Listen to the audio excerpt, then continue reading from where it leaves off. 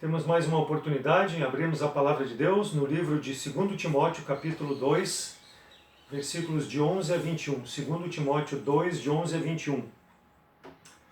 O assunto que eu quero continuar tratando com os irmãos, conforme já falamos no domingo passado sobre o trabalho de Deus, requisitos para o serviço. Requisitos para o serviço. 2 Timóteo 2, de 11 a 21. A palavra de Deus nos diz assim: a palavra fiel é esta, que se morrermos com ele, também com ele viveremos. Se sofrermos, também com ele reinaremos. Se o negarmos, também ele nos negará. Se formos infiéis, ele permanece fiel. Não pode negar-se a si mesmo. Traze estas coisas à memória, ordenando-lhes diante do Senhor que não tenham contendas de palavras que para nada aproveitam e são para a perversão dos ouvintes. Procura apresentar-te a Deus aprovado, como obreiro que não tem do que se envergonhar e que maneja bem a palavra da verdade, mas evita os falatórios profanos, porque produzirão maior impiedade, e a palavra desses roerá como gangrena, entre os quais são Emineu e Fileto, os quais se desviaram da verdade, dizendo que a ressurreição era já feita, e perverteram a fé de alguns. Todavia, o fundamento de Deus fica firme, tendo este selo: o Senhor conhece os que são seus, e qualquer que profere o nome de Cristo aparta-se da iniquidade. Ora, numa grande casa não são somente vasos de ouro e de prata, mas também de pau e de barro, uns para honra e outros para desonra. De sorte, se alguém se purificar destas coisas, será vaso para a honra, santificado, idôneo para uso do Senhor e preparado para toda boa obra. Vamos orar. Senhor nosso Deus, obrigado por mais uma vez abrirmos a Tua palavra, fala aos nossos corações, que nós possamos buscar colocar as nossas vidas à disposição para o serviço da Tua causa, ó Deus, para que mais pessoas possam vir ao conhecimento de nosso Senhor e Salvador Jesus Cristo. Usa-nos para a Tua honra, para a Tua glória, que possamos ser um vaso idôneo para glorificar o Teu santo nome. É em nome de Cristo que eu oro, pedindo a Tua orientação e a Tua ajuda para fazermos o melhor. Amém. Requisitos para o serviço. Os cristãos, irmãos, devem viver uma vida de íntima comunhão com o Senhor, se quiserem trabalhar de modo eficiente na obra do Senhor. A Bíblia esclarece que os obreiros de Deus precisam, antes de tudo, fazer uma introspecção, ou seja, olhar para dentro de si, para que pela graça de Deus possam se desfazer daquelas coisas que não agradam ao Senhor e dar lugar para que o Espírito de Deus nos impila, faça com que nós possamos fazer a obra do Senhor, porque o nosso esforço ele deve ser espiritual e não carnal. Em 2 Timóteo capítulo 2, Paulo relembra aqui a Timóteo para evitar as crenças e as práticas ímpias e fugir de tudo aquilo que é imoral. No versículo 21 ele fala: de sorte que se alguém se purificar dessas coisas, será vaso para honra. Vaso para honra. Ele lembra que somente a santificação pelo Espírito Santo de Deus é que faz com que o crente seja um utensílio de honra para a obra do Senhor, útil para aquele que possui ele, no caso para Deus que nos possui, preparado para toda boa obra. Então, ainda que certas qualificações são necessárias, e nós vimos isso no domingo passado, para fazermos a obra do Senhor, ser frutífero na obra do Senhor, não necessariamente inclui ou nos exige que nós sejamos catedráticos muito estudados, ou com uma quantidade de dom e habilidades especiais. Não, nós precisamos, em primeiro lugar, como diz Paulo, ter uma vida santificada. 1 Coríntios 1:27, Deus prefere usar as coisas fracas e insignificantes para exaltação de sua glória. Então, quando nós deixamos de confiar em nós mesmos, no nosso eu, na nossa carne, nas nossas forças, nós passamos a ser esse vaso de honra nas mãos de Deus, porque nós temos uma íntima comunhão com Cristo, e isso equivale para Deus, para nos usar, quando nós temos intimidade com o Senhor. Então, Ele opera pelo seu poder através da nossa vida. É fácil, irmãos, desviarmos da vida cristã. Por isso que nós precisamos ter cuidado e manter nossos olhos firmes no Senhor. Segundo Timóteo 4:8, Paulo, ele fala que nós receberemos um prêmio, uma recompensa no céu quando chegarmos na presença do nosso Deus. Quando ele, depois de dizer que ele combateu o bom combate, acabou a carreira e guardou a fé, ele fala no versículo 8, desde agora a coroa da justiça me está guardada, a qual o Senhor justo juiz me dará naquele dia, e não somente a mim, mas também a todos os quantos amarem a sua vinda. Não que nós tenhamos que fazer as coisas para Deus esperando uma recompensa, mas todo o nosso trabalho no Senhor, ele não é vão. E um dia nós receberemos uma recompensa quando chegarmos no céu na presença do nosso Senhor, para ter o que apresentar, para colocar aos pés de nosso Salvador. Então, rapidamente, eu quero ver 3 requisitos, conforme aqui nós temos no livro de 2 Timóteo capítulo 2, necessário para nós servirmos ao Senhor. Primeiro requisito, versículos 11 e 12. Versículos 11 e 12. Perseverar. Versículos 11 e 12. Palavra fiel é esta, que se morrermos com ele, também com ele viveremos. Se sofrermos, também com ele reinaremos. Se o negarmos, também ele nos negará. Então Timóteo era um homem piedoso. Timóteo, ele possuía doutrina na sua vida. A doutrina dele era sólida, era bíblica, porque, como diz em 2 Timóteo capítulo 1, versículo 5, trazendo à memória a fé não fingida que há em ti, a qual habitou primeiro em tua avó Loide e em tua mãe Eunice. Estou certo que também habita em ti. Capítulo 3, versículo 14, diz que tu, porém, permanece naquilo que aprendeste e de quem foste inteirado, sabendo que de quem tens o aprendido. Então Paulo adverte a Timóteo a observar de perto e perseverar na doutrina. Tudo aquilo que ele já havia sido ensinado desde a meninice dele é que para servir ao Senhor ele precisaria perseverar. E lembre-se que Paulo está falando aqui, alertando quanto às falsas doutrinas que estavam querendo ser incutidas na mente daqueles que tinham comunhão na igreja ali. Então ele alerta, persevera, permanece na doutrina. Isso é uma advertência para nós nos nossos dias, irmãos. Nós precisamos perseverar com uma vida piedosa e crer na verdade, que é a palavra de Deus, acompanhada da nossa fé naquilo que nós temos aprendido. Então o crente, ele está unido em Cristo Jesus, em sua morte e ressurreição. Se olharmos lá em Romanos 6, trata detalhadamente sobre o aspecto da graça de Deus superar o pecado.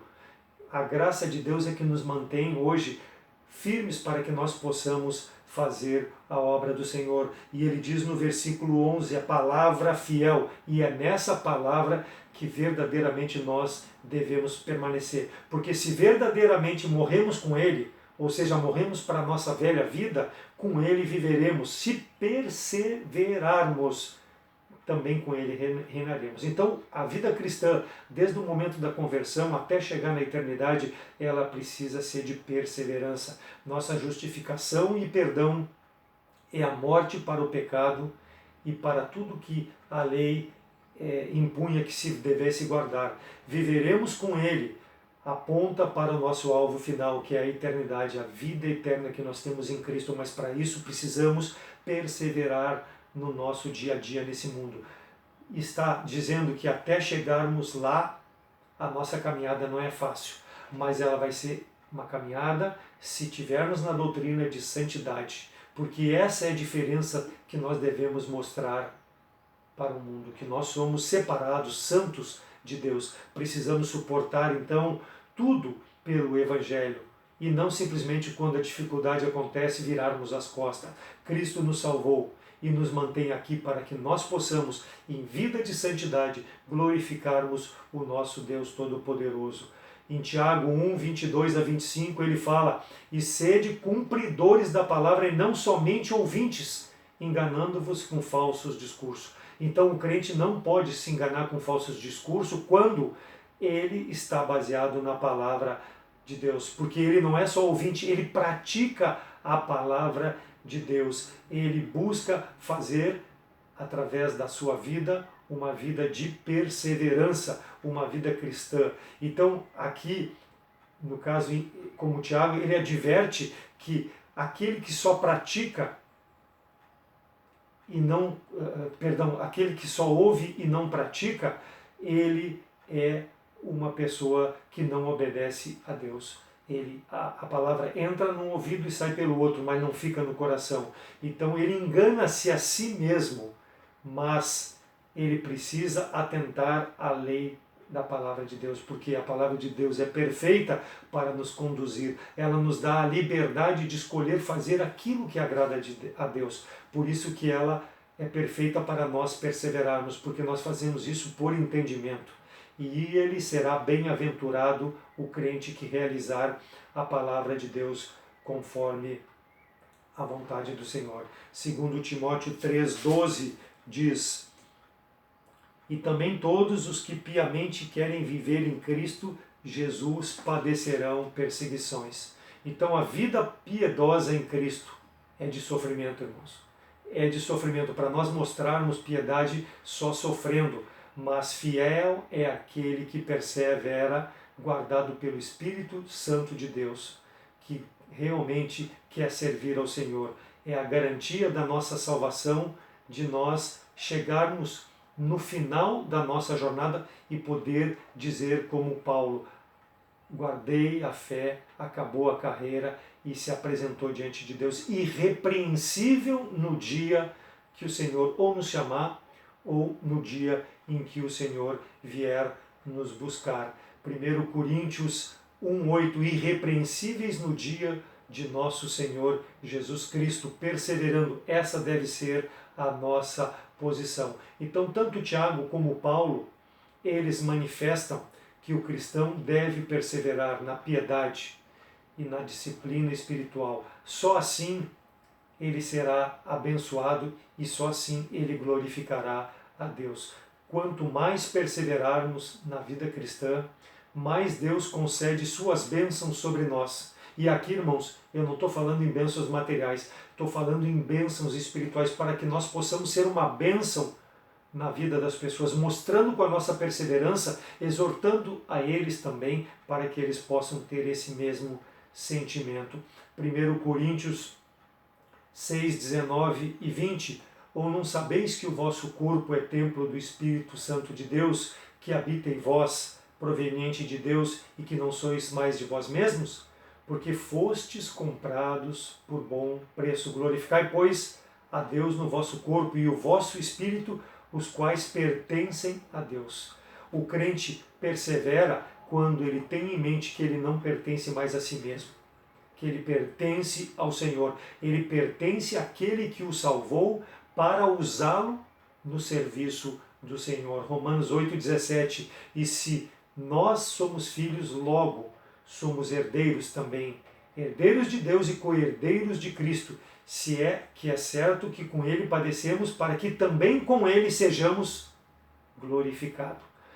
Cristo padeceu pelos nossos pecados, para depois ser exaltado. A experiência do sofrimento precede a glória, irmãos. Por isso nós precisamos perseverar.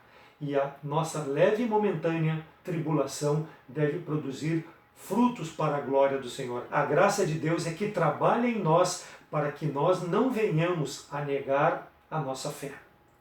Versículo 13: se nós formos infiéis, ele permanece fiel. Por quê? Porque Deus não pode negar-se a si mesmo. Então, por mais que nós sejamos infiéis, o Senhor permanece fiel. Aqui está dizendo, irmãos, que se nós formos infiéis, nós não vamos perder a salvação, mas nós vamos deixar de glorificar a Deus através da nossa vida. Deus deixará de ter o lugar de primazia na nossa vida quando nós somos infiéis. Então, a maneira de nós negarmos a nós mesmos é a maneira de nós sermos fiéis e o Senhor ser exaltado na nossa vida. E isso é possível como? Pela perseverança em meio às tribulações. Esse é o primeiro aspecto para que nós possamos servir ao Senhor. Segundo aspecto, pelos quais nós precisamos levar em conta para servir ao Senhor. conhecer a palavra de Deus. Versículos 14 e 15 do capítulo 2 de 2 Timóteo. Traze estas coisas à memória, ordenando-lhes diante do Senhor que não tenham contendas de palavras que para nada aproveitam e são para perversão dos ouvintes. Procura apresentar-te a Deus aprovado, como obreiro, que não tem do que se envergonhar, mas que maneja bem a palavra da verdade. Então, até o final desse capítulo, o apóstolo Paulo está exortando a manejar bem a palavra da verdade, a ficar na doutrina, a conhecer a palavra de Deus, em razão dos falsos mestres. Como crente, irmãos, nós temos a responsabilidade de dominar os assuntos pertinentes à salvação e mais, assuntos pertinentes àquele a quem nós servimos. Por isso que nós precisamos não ser catedrático na palavra de Deus, mas lermos a palavra de Deus para vermos aquilo que Deus está falando para nós, para que nós possamos testemunhar e dar razão da nossa fé quando alguém pedir argumentos para nós. Nós estamos baseados na verdade, que é a palavra de Deus, e é isso que nos interessa. O crente precisa ser mestre em conhecer a palavra de Deus. É um requisito para o serviço, para que possa fazer o melhor para a glória de Deus. Como poderemos falar do amor de Cristo se nós não estivermos cheios da sua palavra, da sua santidade? Não há como. Então, conhecer a palavra de Deus é um requisito para o serviço, para que nós possamos falar com intimidade daquele que nos salvou, porque nós conhecemos detalhes da vida do nosso Senhor e Salvador Jesus Cristo e de como nós devemos viver neste mundo de forma a podermos servir ao Senhor. Mas alguém dirá, mas se eu falar só o que aconteceu na minha vida, o que eu era, o que aconteceu e o que eu sou, é o suficiente? É o suficiente no primeiro momento, mas isso não deve nos fazer acomodar-nos. O que nós precisamos é crescer no conhecimento da palavra de Deus para que nós possamos ter muito mais argumentos a respeito da vida que agrada a Deus. Claro, falando daquilo que aconteceu e o que nós somos hoje, o que eu era e o que eu sou hoje. Mas o importante é que eu não possa ser envergonhado por alguém por não dominar a palavra de Deus, não saber, mas por que tu tem essa profissão de fé, por que tu diz que tem esse entendimento se tu não sabe nem localizar na palavra de Deus? Então, conhecer a palavra de Deus vai nos ajudar a não ser envergonhado quando alguém pedir razão daquilo que nós queremos. Manejá-la, saber buscar e mostrar com versículos, porque se tu não sabe falar, o versículo bíblico é suficiente para mostrar à pessoa a nossa fé. Segundo Timóteo 3,16, toda a Escritura é divinamente inspirada e proveitosa para ensinar, para redarguir, para corrigir, para instruir em justiça, para que o homem de Deus seja perfeito e perfeitamente instruído em toda a boa obra. Sola Escritura, somente a Escritura, significa que as Escrituras são a nossa autoridade de fé e prática. O cristão tem que ter isso em mente. Fé e prática conforme a palavra de Deus. Por quê? Porque a Bíblia é completa para o meu viver. Ela é dotada da autoridade que vem de Deus e por vir de Deus ela é verdadeira e é o meu argumento em relação às doutrinas que eu defendo como minha fé. É na palavra de Deus. Foi o que fez Martinho Lutero há 503 anos atrás, lá em 1517, quando ele levantou com outros homens a reforma protestante. O que aconteceu? Ele liderou um protesto contra os males doutrinários e as práticas da igreja e uma proclamação do evangelho que não era verdadeiro. Ele retomou os preceitos do verdadeiro cristianismo e ele era um homem católico. Só que ele viu que a igreja católica se afastou da palavra de Deus. O cristianismo verdadeiro, ele aplica a palavra de Deus. Não estamos falando em religião, falando em cristianismo perfeito. E havia esse abandono por parte da igreja católica. Por isso que ele levantou com mais aqueles outros homens, fez as 95 teses, e o objetivo era maior, claro, de anunciar o caminho da salvação através da graça salvadora em Cristo Jesus, ou seja, a justificação é pela fé, A salvação não vem pelas obras, e sim pela fé, conforme diz Efésios 2, 8 e 9. Para que ninguém se glorie, porque nós não temos méritos na salvação. O mérito é de Jesus Cristo que morreu na cruz por nós. Foi isso que se levantou Lutero e aqueles homens contra as falsas doutrinas, porque se afastaram da palavra de Deus. E quando nós dominamos a palavra de Deus, nós vamos saber se é verdadeiro, se não é verdadeiro aquilo que está sendo nos dito. Então, a vontade de Deus, eu só posso cumprir e poder trabalhar no ministério de Deus se eu guardo a palavra de Deus, sabendo de que não é por obras, não é por indulgência, não é por penitência que nós somos salvos, mas conforme diz as Escrituras, pela graça de Deus em Jesus Cristo. Então as Escrituras não deixam espaço para que qualquer tradição, para qualquer religiosidade contradizer a verdadeira mensagem, que é a salvação pela graça de Deus. Então a essência da sola Escritura é basear a vida espiritual na Bíblia. Foi o que fez Lutero e é o que nós fazemos no tempo contemporâneo. Rejeitar qualquer tradição, qualquer ensino que não esteja de conformidade com a Bíblia. Por isso que é necessário manejar bem, conhecer. Eu sou um seguidor de Cristo porque eu sei aonde eu estou pisando, eu sei em quem eu creio, eu sei como eu posso agradar a Deus, e as coisas que não agradam a Deus, eu sei como proceder. Então que nós possamos ter esse conhecimento da palavra de Deus para sermos úteis. Procura apresentar-te aprovado, versículo 15. Quando nos apresentamos a Deus aprovado, dificilmente nós seremos levados por falsas doutrinas, por vento de doutrinas ou falsos profetas. Quando conhecemos a palavra de Deus, não devemos mais ser como meninos agitados de um lado para o outro e levados ao redor por qualquer vento de doutrina, pela artimanha de homens, pela astúcia com que induzem ao erro. Efésios 4:14.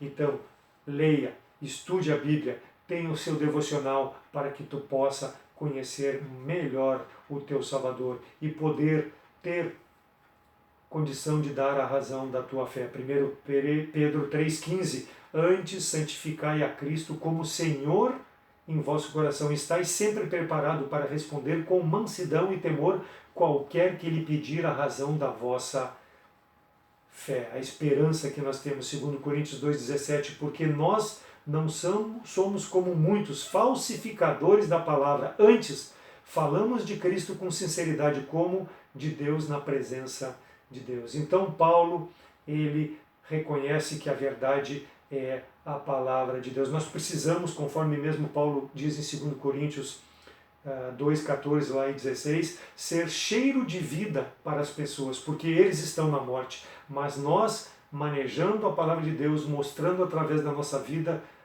nós somos cheiro de vida para essas pessoas que jazem no maligno. Versículo 23 do nosso texto de 2 Timóteo 2. Rejeita as questões loucas e sem instrução, sabendo que produzem contendas. Então, irmãos, nós conhecendo a palavra de Deus, nós não vamos nos apegar a picuinhas, porque nós vamos ter como mostrar aonde a nossa fé é fundada. Não vamos deixar de mostrar a evidência daquilo que nós cremos. Versículos 16 a 18 do nosso texto. Evita os falatórios profanos, porque produzirão maior impiedade, e a palavra desses roerá como gangrena, entre os quais são Himeneu e Fileto, os quais se desviaram da verdade, dizendo que a ressurreição já era feita, e perverteram a fé de alguns. Então Paulo aqui está alertando para aqueles que estavam indo atrás de falsas doutrinas. No caso aqui ele fala de Himeneu e Fileto, que ensinavam que a ressurreição dos cristãos já havia ocorrido. 1 Timóteo 1, 19 e 20. Conservando a fé e a boa consciência, a qual alguns, rejeitando, fizeram náufragos na fé. E eles foram Himeneu e Alexandre, os quais entreguei a Satanás para que aprendam não mais a blasfemar. Então, nós precisamos conservar a fé e a boa consciência, os quais esses homens citados por Paulo não conservaram. E Paulo diz que eles foram levados pelo engano. Por quê? Porque não tinham o fundamento da palavra de Deus. Foram levados por falsas doutrinas, falsas apelos em relação ao gnotismo, heresias que enfatizavam a ressurreição espiritual em contraste com a crença que a palavra de Deus fala na ressurreição futura do corpo. Então o crente deve saber precisamente aquilo que ele fala e só a palavra de Deus mostra. Ele tem o direito de argumentar com as pessoas, ele deve fazer, expressar a razão da fé, que a salvação dele é pela graça de Deus e que ele vive uma vida de santidade conforme a palavra do Senhor, porque é a palavra do Senhor que nos norteia nesse mundo, que nos dá a condição de servir a Deus. Então, devemos evitar a falsa doutrina e as práticas ímpias, e isso é possível somente se estivermos com o firme fundamento da palavra do Senhor. Assim recusaremos qualquer vento de doutrina estranha. Versículo 19, todavia o fundamento de Deus fica firme, tendo este selo, o Senhor conhece os que são seus, e qualquer que profere o nome de Cristo aparta-se da iniquidade. Se conhecemos a palavra de Deus profundamente, não nos envolveremos em falatórios inúteis. Manifestaremos um comportamento de verdadeiros filhos de Deus. Mostraremos como o Salmo 1, não nos assentaremos na roda de escarnecedores, não ocuparemos a nossa vida com coisas que não dão prazer, porque a lei do Senhor é o nosso prazer, a prática da lei do Senhor é o nosso prazer. Seremos uma bênção na vida das pessoas. Leia Salmo 1, é importante para a nossa vida também. Então, são requisitos conhecer a palavra de Deus para que nós possamos seguir ao Senhor. Perseverar é outro requisito. E por último, santidade, requisito para que nós possamos servir ao Senhor. Versículo 20 e 21 do nosso texto. Ora, numa grande casa não somente há vasos de ouro e de prata, mas também de pau e de barro, uns para honra, outros, porém, para desonras, de sorte que se alguém se purificar destas coisas, será vaso para honra, santificação e idôneo para uso do Senhor e preparado para toda boa obra. Talvez, irmãos, uma das características que mais me impressiona em Deus, a característica moral de Deus é aquela que Deus tem e que nós possamos manifestar na nossa vida. Eu creio que a mais significativa para nós manifestarmos na nossa vida é a santidade.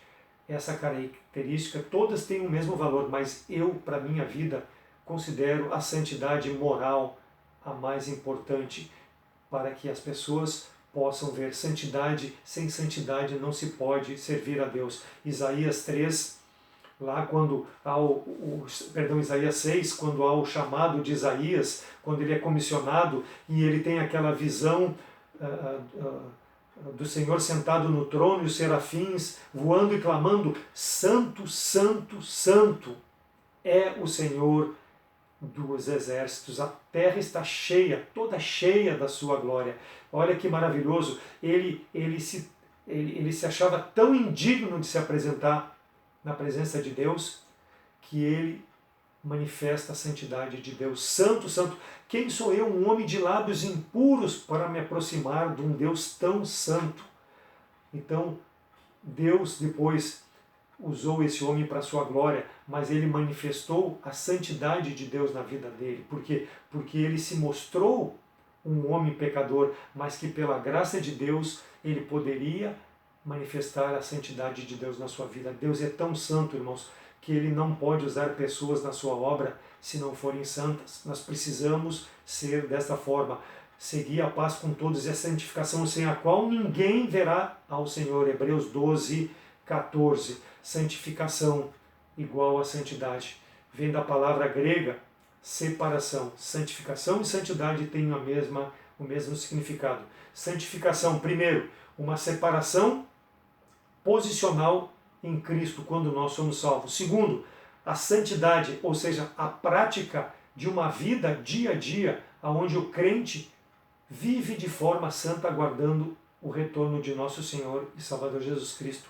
E terceiro, santificação, uma separação que será permanente, porque o pecado, quando nós estivermos na presença de Deus, não terá mais poder e domínio sobre a nossa vida. Então isso é santidade, e é isso que Deus espera, porque quando nós chegarmos nos céus, nós estaremos revestidos de um corpo de santidade. Então o crente, ele precisa viver de forma santa, irrepreensível.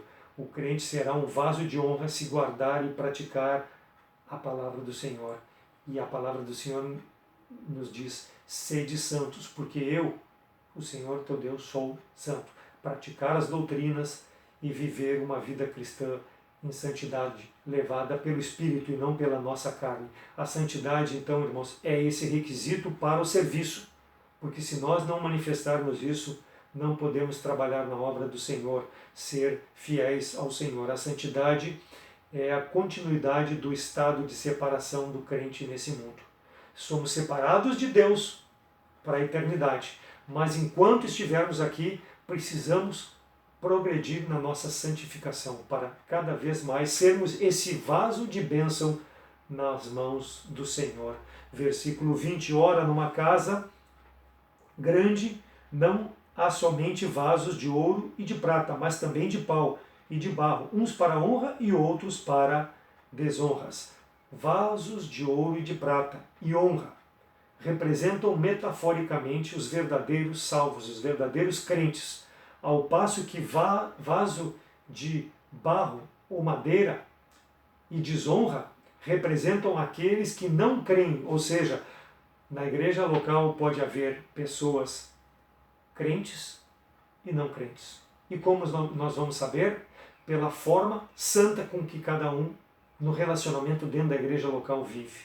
É a maneira muito simples de ver se aquele irmão, se aquela irmã é santo, ou se eu, através da minha vida, demonstro que eu sou santo, para ser um vaso de honra. O descrente, mesmo em nosso meio, ele não vai manifestar que é um vaso de honra, mas o grande problema é quando nós temos pessoas que se dizem crente e não manifestam ser uma honra para o Evangelho. E o versículo 20 ainda diz, nós podemos olhar ali, além do entendimento dessa metáfora referindo-se a crentes e incrédulos dentro da igreja, podemos entender como um simbolismo vaso de ouro e de prata e honra, referindo-se às boas obras do salvo. Ou seja, o salvo vivendo uma vida piedosa. Ou vaso de madeira e de barro e desonra, referindo-se a um salvo que vive de forma que não glorifica a Deus. Ou seja, ele é salvo? É, mas vive para a sua vida, não consegue eliminar da sua vida aquilo que realmente ele faz e não agrada a Deus. Então ele será, mesmo salvo, um vaso de desonra para Deus. 1 Crônicas 4:23, estes foram olheiros e habitaram nas hortas e nos cerrados. Estes ficaram ali com o rei na sua obra. Então, na relação dos descendentes de Judá, destaca-se os oleiros. Eles participavam com o rei na obra.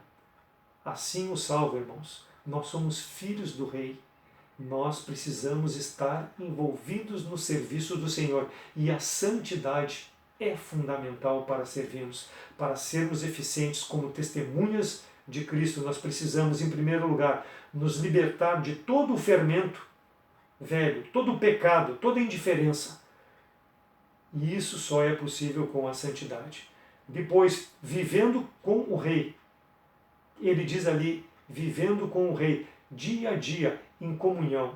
Não é só quando eu preciso do Senhor que eu vou buscar o Senhor. Não, é todos os dias, todo momento. Conhecer, em terceiro lugar, a vontade de Deus para a minha vida. E isso nós já falamos sobre a palavra de Deus. E recebermos a força necessária para fazer o que Deus nos manda fazer.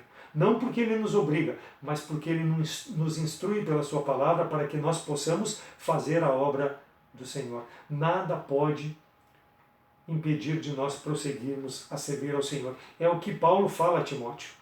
Naquilo que tu foi instruído, prossegue para servir o Senhor. Então é necessário nós compreendermos o amor e lealdade que o serviço do Senhor requer de cada um de nós. Nós precisamos amar a obra do Senhor, é o mínimo como salvo que nós devemos fazer para podermos participar. Deus nos oferece essa lealdade e nós temos que fazer. Como salvos em Cristo, não tenhamos dúvida em nos apresentarmos ao serviço. E nenhuma vaidade, porque nós não somos melhores que ninguém. Como vimos no domingo passado, a obra é de todos. Para isso nós precisamos ter um serviço eficiente. E o serviço eficiente parte de uma vida de santidade, uma vida que permita que Cristo viva a vida dele através da minha vida. Veja bem, Cristo vivendo através da minha vida. Isso é fundamental no serviço de Deus. Então, irmãos, como salvos, o meu desafio é que eu possa, que o irmão, a irmã possa permitir que Deus e sua palavra formem e direcionem as nossas vidas. Que ela seja o balizador do meu caminho. Que nós possamos lutar e batalhar pela pureza na nossa vida, no nosso relacionamento com Deus, no nosso relacionamento com os homens, no nosso relacionamento com os irmãos. Deus é quem pode nos ajudar a isso, pela sua palavra e pelo seu Espírito. Versículo 21. De sorte que se alguém se purificar destas coisas, quais coisas? As coisas que não agradam a Deus. Será vaso para honra, santificação e idôneo para uso do Senhor e preparado para toda a boa obra. Deus quer nos usar. Nós somos preciosos, irmãos. Deus não quer usar os anjos, Deus não quer usar os incrédulos. Ele quer usar cada salvo em Cristo para a sua obra. E ele precisa de uma vida em santidade, uma vida perfeita na vontade de Deus. Vamos pecar? Vamos pecar. Mas quando reconhecemos o pecado, confessamos o pecado, abandonamos o pecado, Deus nos perdoe e nós seguimos à frente. Deus nos promete a sua presença, mas para isso, permitamos que o Espírito de Deus nos conduza de forma santa e irrepreensível. E o desafio, então, irmãos, é que nós sejamos um pequeno Cristo. Assim como Cristo nos serviu, morrendo naquela cruz para nos dar vida eterna, nós devemos servir ao Senhor. Persevere, conheça a palavra de Deus e tenha uma vida de santidade.